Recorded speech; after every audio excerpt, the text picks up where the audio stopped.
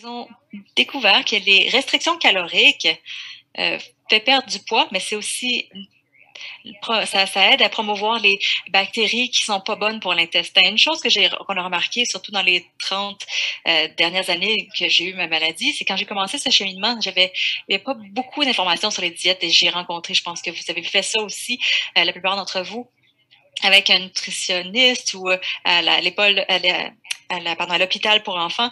Elle a mis tous ces modèles de nourriture et de diète devant moi. Et j'avais quoi, 11 ans? Et je me sentais pas bien.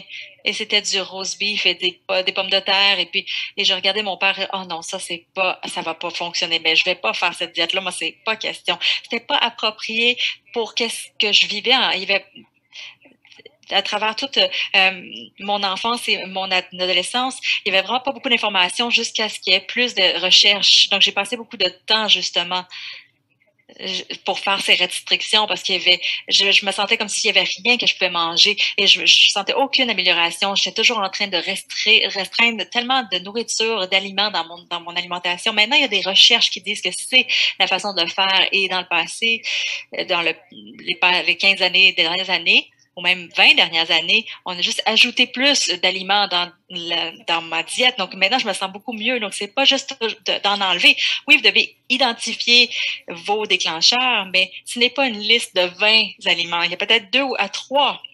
Et avec les MI, c'est pas nécessairement que vous ne pouvez jamais les avoir. C'est juste la fréquence avec laquelle vous allez les avoir. Et quand vous allez être moins restrictif, ça va aider justement cette connexion entre l'intestin et le cerveau pour baisser l'anxiété.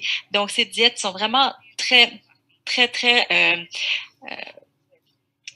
très disséminées, surtout avec les MII. Donc, par exemple, les diètes qui enlèvent tous les carbohydrates de toutes les glucides de votre alimentation. On va en parler un peu plus en profondeur, mais ces diètes restrictives ne vont pas guérir votre intestin. Ça va peut-être plus créer de l'anxiété et de la peur par rapport à vos MII. Donc, oui, si vous regardez à la perte de poids et vous êtes sur des stéroïdes, par exemple, oui, j'augmente mon poids et je vais juste m'assurer que je dois contrôler mon poids.